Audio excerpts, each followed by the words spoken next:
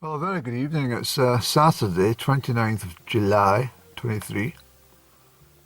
Just after 8 o'clock, actually. Quarter past 8, maybe.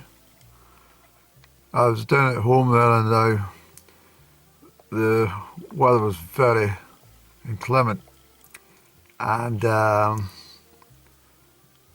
I realised that was the rain coming through that would have been forecast for up this direction this afternoon. Hence, I didn't go climbing. But it's obviously been very heavy. Black clouds towards Dunkeld, and looking through over towards past the Harriet field. That's the stuff that's now entered Strathern. So I came up and just after Newton break. Well, actually just before through the small glen, it started to brighten up from Glenalmond side. So I've come up here. My usual spot's been taken, and also the car park has got a lot of campers in it tonight, a lot of camper vans. So give them the peace that they need, and I've come along here.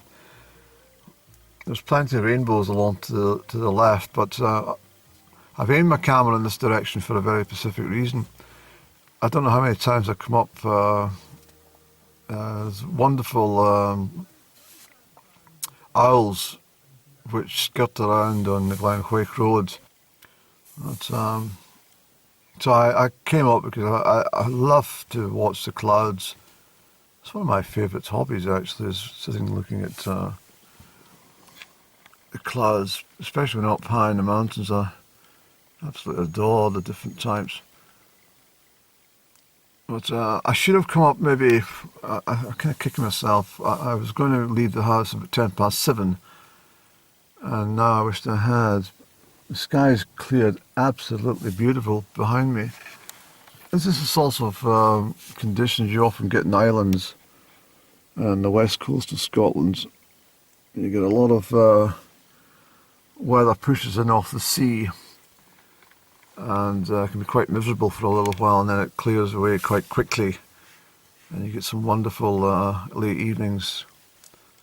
The west coast is quite famed for that, actually. One of the reasons I enjoy travelling around the Western Isles, although, as I mentioned previously, this summer with the nationalist handling of the ferries is diabolical, actually, and it's actually stopped me travelling in the Hebrides this summer. So, and I dare say many other people like me are not going to take the chance of going somewhere and finding they can't get back off the island, or can't get there, and the hotel room is still got to be paid for. It's not the hotel's fault you can't make it. It's not the insurance companies. You've got to make provision for your own transport. But the bloody ferries are. We'll take this ferry off this route today, and we'll put it somewhere else because we don't have enough ferries to deal with all the routes. It's just shocking. It's not CalMac's fault. I think I may have said this before. It's definitely not CalMac's fault. They give the nationalist government, many years warning that this was going to be needed, but sadly, like everything they do in Hillary, they just failed miserably. But thinking there, I was, you see how quickly this all just changes. And I sound like a bit of a scaredy cat when I say to you I'm not going up the mountains when it's pouring the rain and stuff. I do hill climbs in the rain, or get caught out in the rain more than anything. But I find that if to be walking the rain, it's a thoroughly miserable experience, to be honest. It's not good fun, and depending on how low the cloud comes, I mean, you can actually spend most of the day climbing up to the top of the mountain to see absolutely nothing. It happens to many of us. But the issue is that you can quickly get chilled needlessly, because if the conditions change rapidly, you can get yourself in all sorts of problems. So I prefer to keep dry as much as possible when I'm on the hills. But on a day like this, if you got one or two showers passing, it would have been absolutely glorious up high today, I can assure you. What I was doing, the reason I dithered at 7:10 in the house actually, was I picked up just a couple of weeks back maybe, 3 weeks ago, and I put it somewhere, as I usually do these stupid things. I've been looking for this book I bought. It's a very rare book in many respects, and I located it when I was tidying one of my covers. I thought, there's that damn book, I knew it was in here somewhere. And I put it somewhere and I can't damn find it. I mean, I thought I had the sense to put it in the bookcase, but the bookcase is fairly chocker. So I'm trying to rack my brains as I speak as to where I placed it. Now, the book in question is it's a book by a chap called William Kilgour, and it's a true story of the, I'm not sure if you knew this, but on the summit of Ben Nevis, there still remains of the old weather station. I mean, this was back in the Victorian era, certainly in the late 1860s, I think it was 1890s perhaps. It was around that point in time, because the book is called 30 Years on Ben Nevis. And that's exactly what they did. They were on they lived and worked collecting weather data on the summit of Ben Nevis. They obviously got some time off, like everybody, they're due holidays and stuff, but they were there. It was a manned weather station for 24 hours a day, every day of the year. And some of the stories are quite fascinating. So that was, I was going to actually, I went to look at, I was going to read that this evening, because I haven't looked at that book. The first time I read it was, it's getting on for 24 years, Andy. It will be 24 years since I first picked up that book and read it, and then I wanted to have a look at it again. I think one of the most eventful things they talked about was the, apart from obviously the Northern Lights, which the perfect view of the Aurora Borealis, from all directions and from where they were situated. They also had the thing where they could see thunderstorms right across the whole of Scotland. All the individual lightning strikes almost, because they were so high up. I remember Ben Nevis is over 4,400 feet high. And I mean, not only that, they talked about the conditions within. All the provisions were brought up with pack horses, of course, which were fully laden with all the stuff they'd need, everything from flour to oatmeal and the honeys and jams and all the rest of it, and everything and as much vegetables as could be stored adequately for use. I mean, totally fantastic way to live your life. 30 years on the top of a mountain, getting paid for it as well. And one segment I do remember very well was them talking about the different snow conditions. I've never been on Ben Nevis, can you believe that? I need to get up there. I walked at the foot of Ben Nevis a number of years back, and I suppose in a sense it was like everybody was there going up Ben Nevis, and the RAF helicopters were out every single day.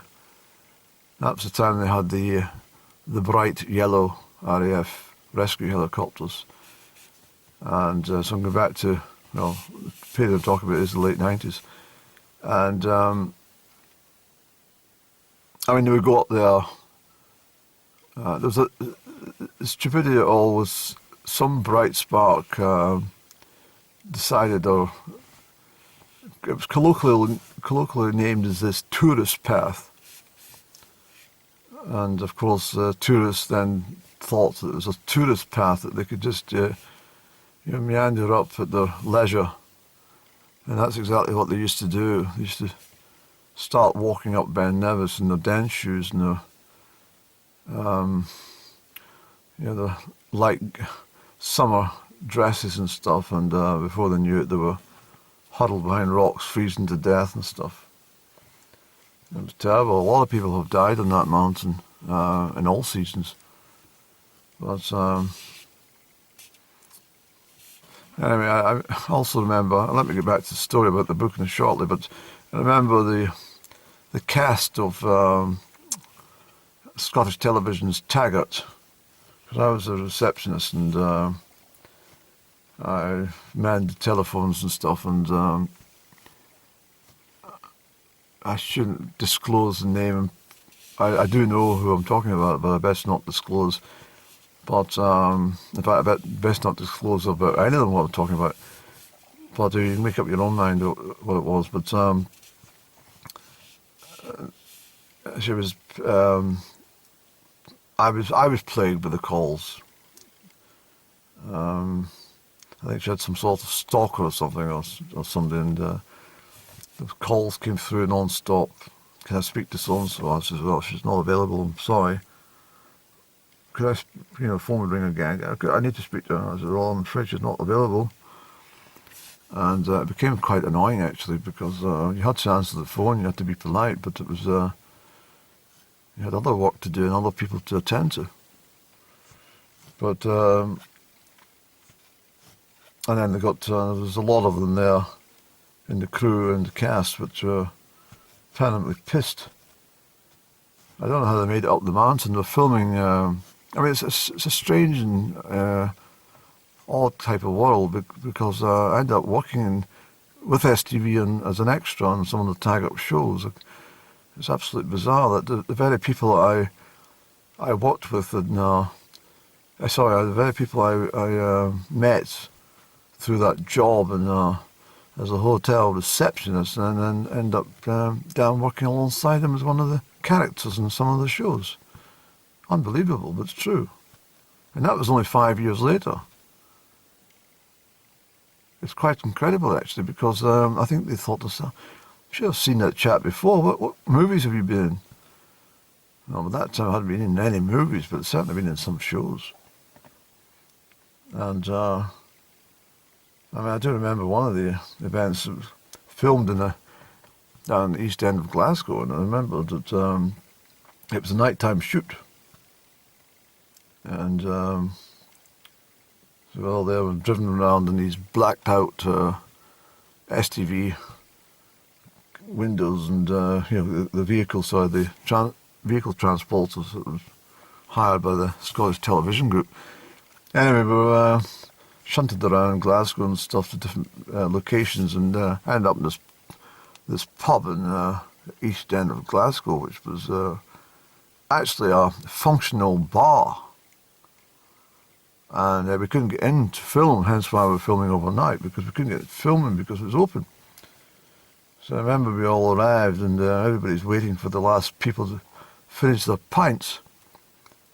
And last orders being shouted to the locals. Last orders, get yourself moving.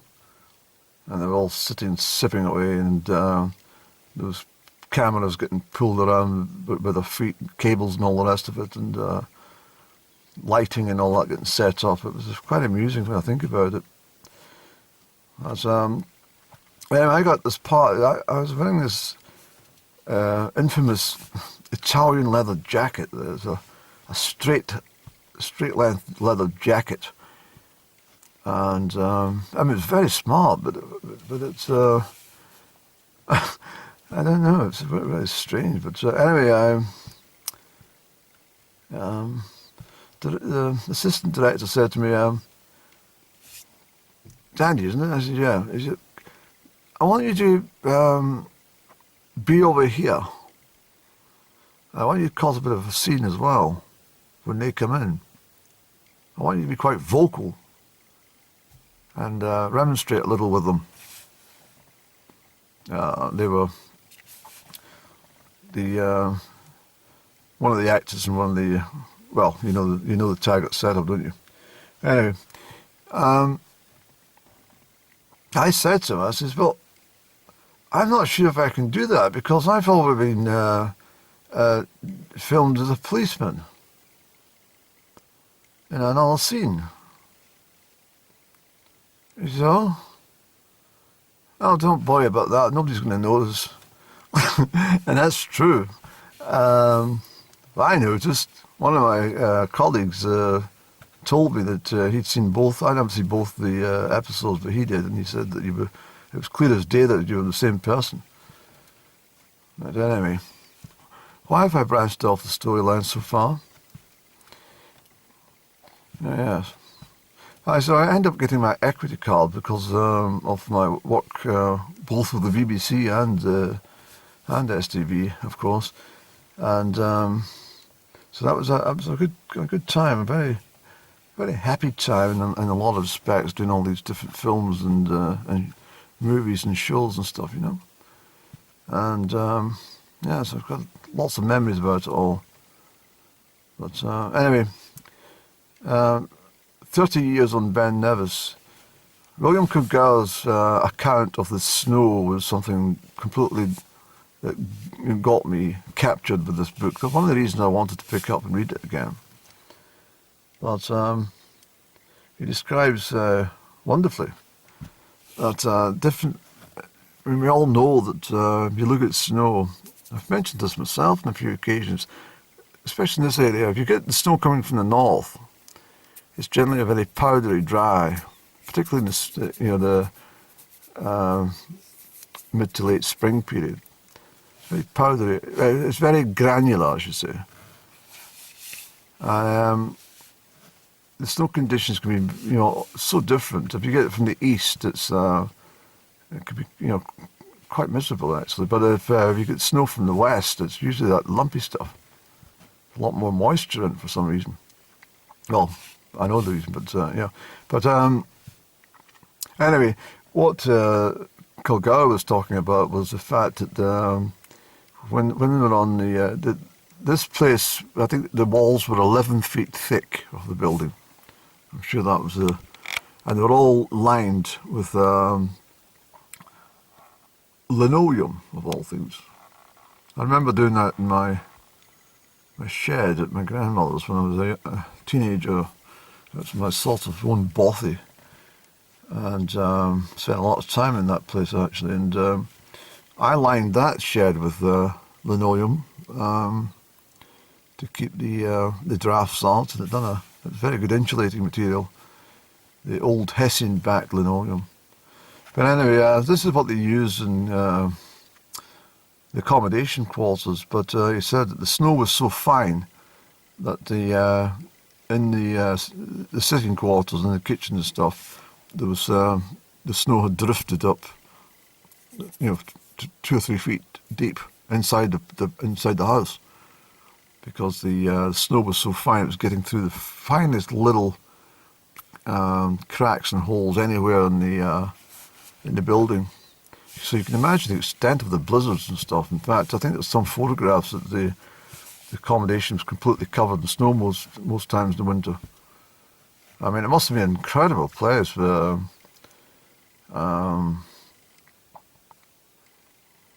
mean, Ben Nevis itself, I'm almost sure that a lot of the lying snow gets blown off anyway, because it's what happens in lots of plateaus and high mountains. The snow gets whished away with the winds and shoved into big deep gullies and corries. That's the way it was. But yes, I must find that book and come back to it at some point.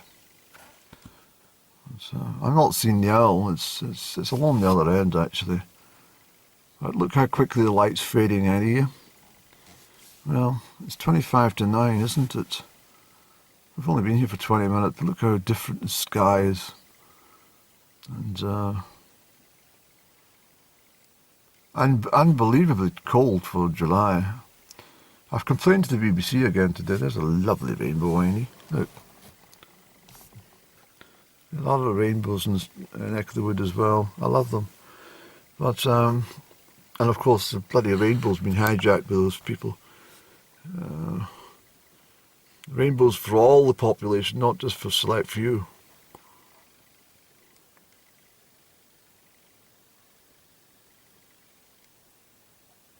It's a sign that God's listening to what you're saying, and God's presence is near when the rainbow is there. Look at that lovely sky, Annie. Isn't that fantastic? Take away those man-made structures. Although in this particular shot, I think they add some sort of, what do you call it, Annie? Lost for words in this man, actually. Adds some sort of dimension, I think, to the whole thing.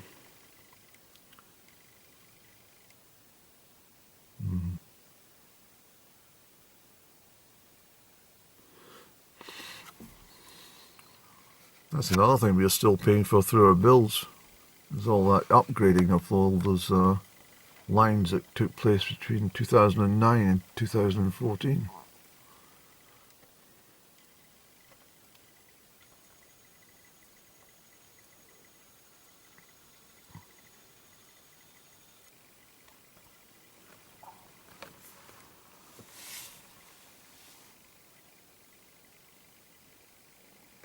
Yes, and that's what I was talking about there. Just my brain's churned to a sudden halt there.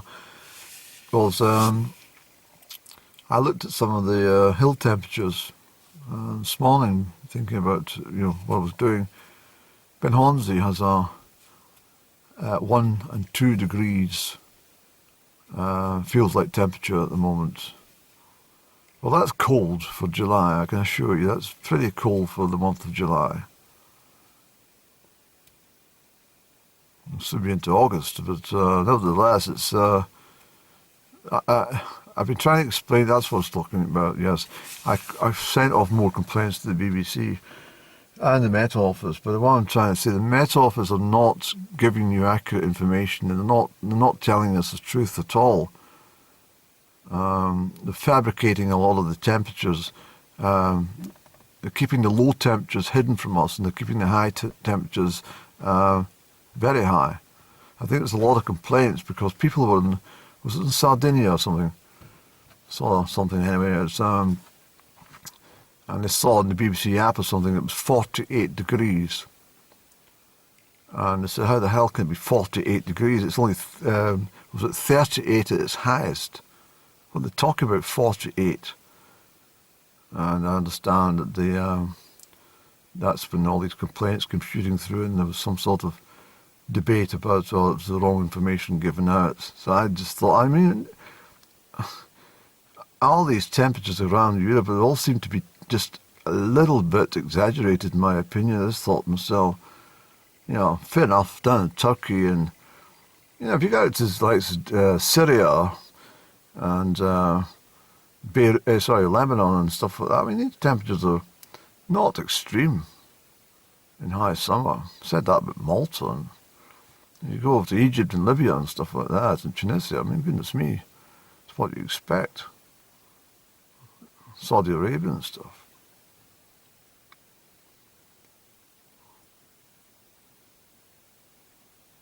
I mean, Iraq, Iran and Iraq experience temperatures hovering around 50 to 60 degrees in high summer.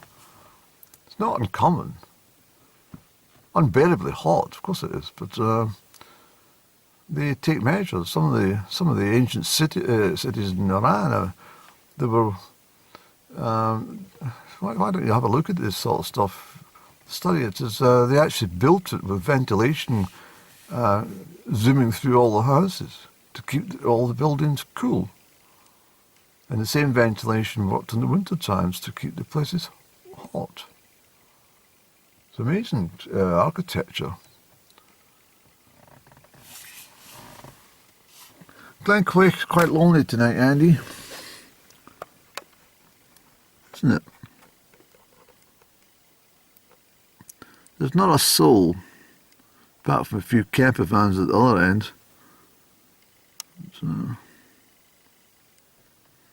yeah, so if the temperature's as low as what we experience, what I know, just from feeling it, just even opening the damn door, yeah, that's not even 6 degrees, 7 degrees, well,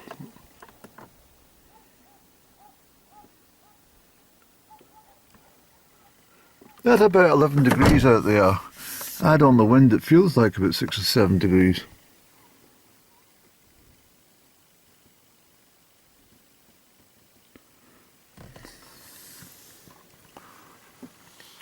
What we really need is these Met Office weather presenters, for example, to, come up from Exeter or something and visit Scotland on a day like this. Tell them to come up dressed for the temperature that they're given, about 20 degrees or something like that, and then get them to come up with their 20 degrees worth of clothing, and then let them sit in that dike for half an hour until they're fucking frozen and soaking.